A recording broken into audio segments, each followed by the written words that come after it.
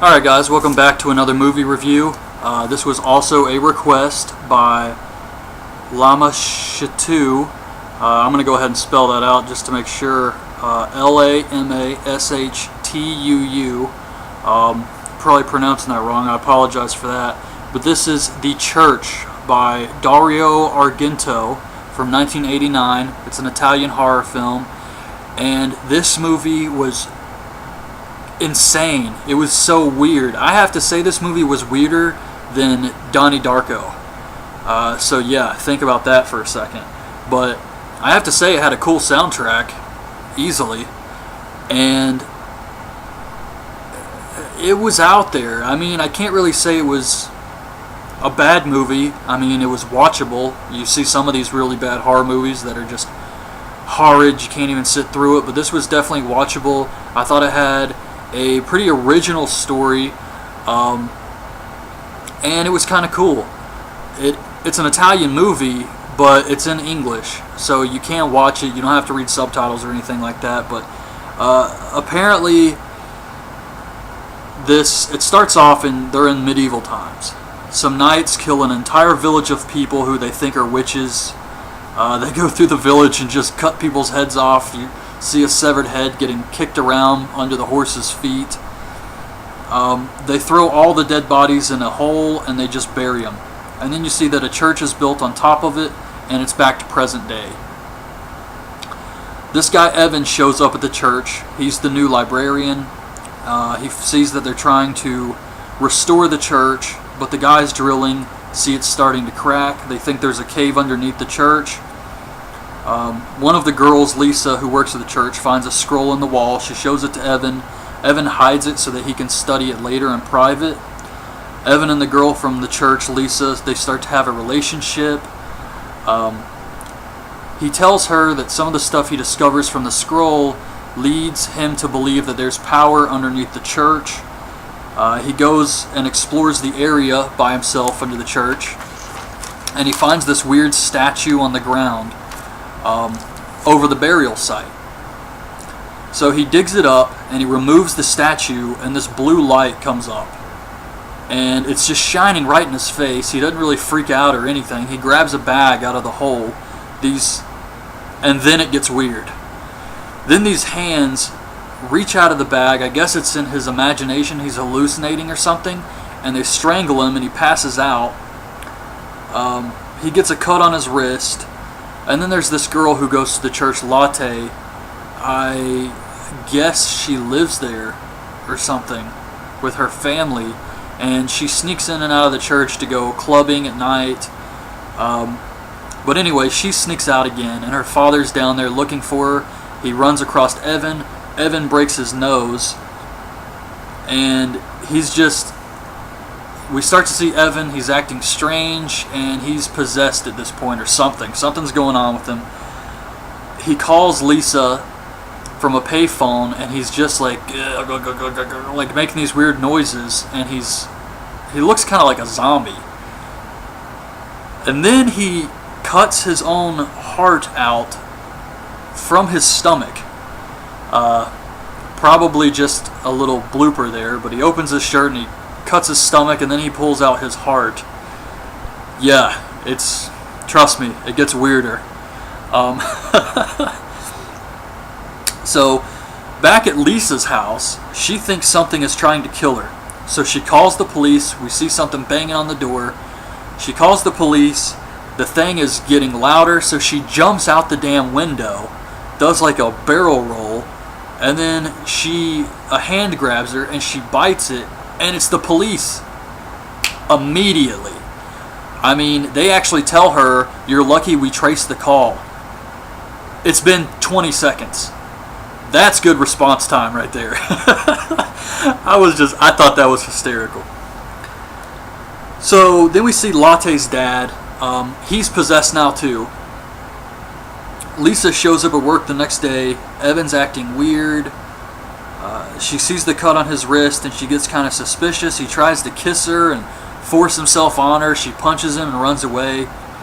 We see a teacher giving her students a tour of the church, and a kid says he heard they were built with a secret button that could collapse the entire building. So that's a little bit of foreshadowing right there.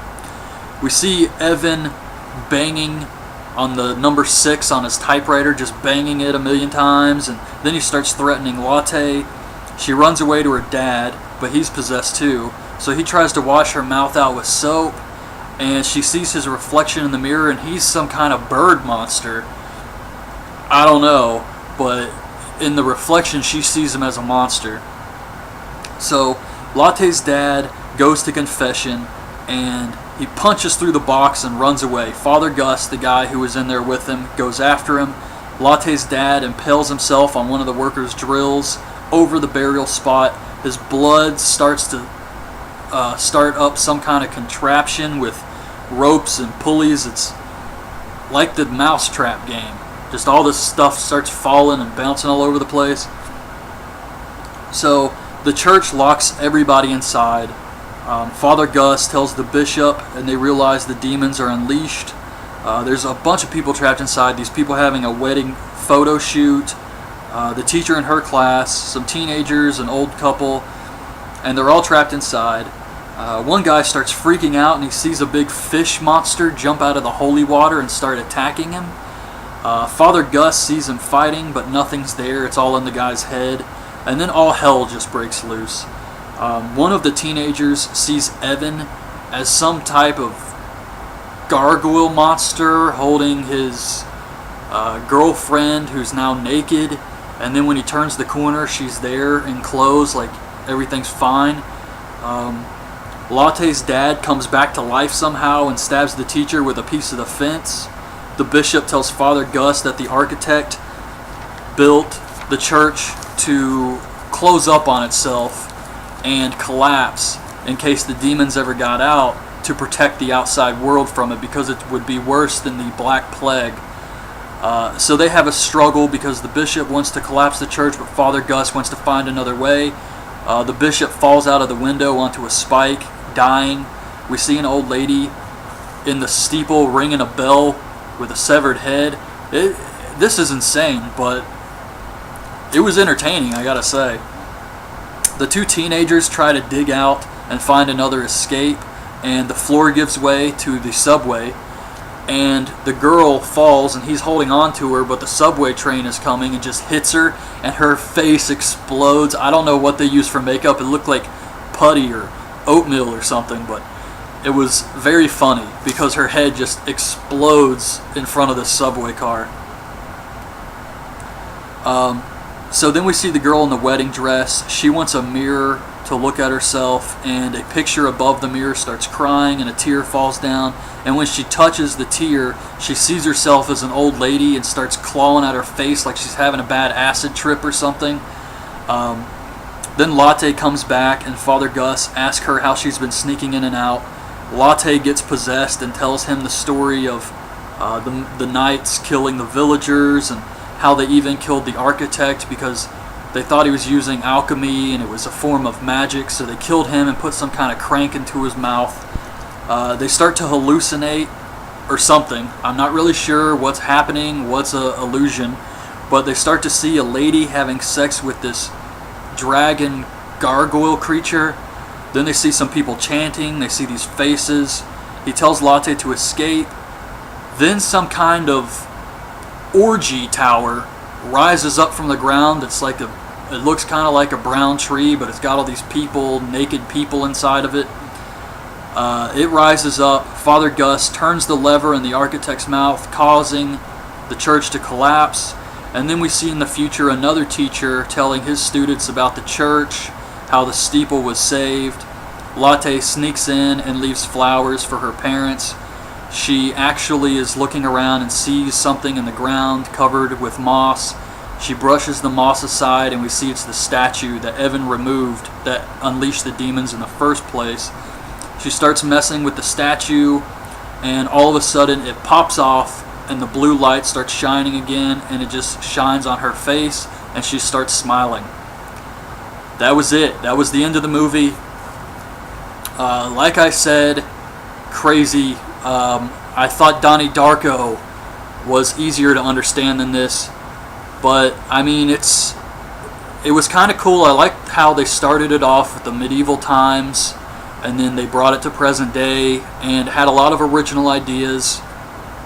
And I found it entertaining, if only because what the hell is going to happen next? So that was it. I thought it was a decent movie. So that's it. That's my review of The Church, the 1989 Italian horror movie. So I hope you guys liked the review. Leave your thoughts on it in the comments below. And I don't know what else to say about this one. So that's it, guys. Thanks for watching.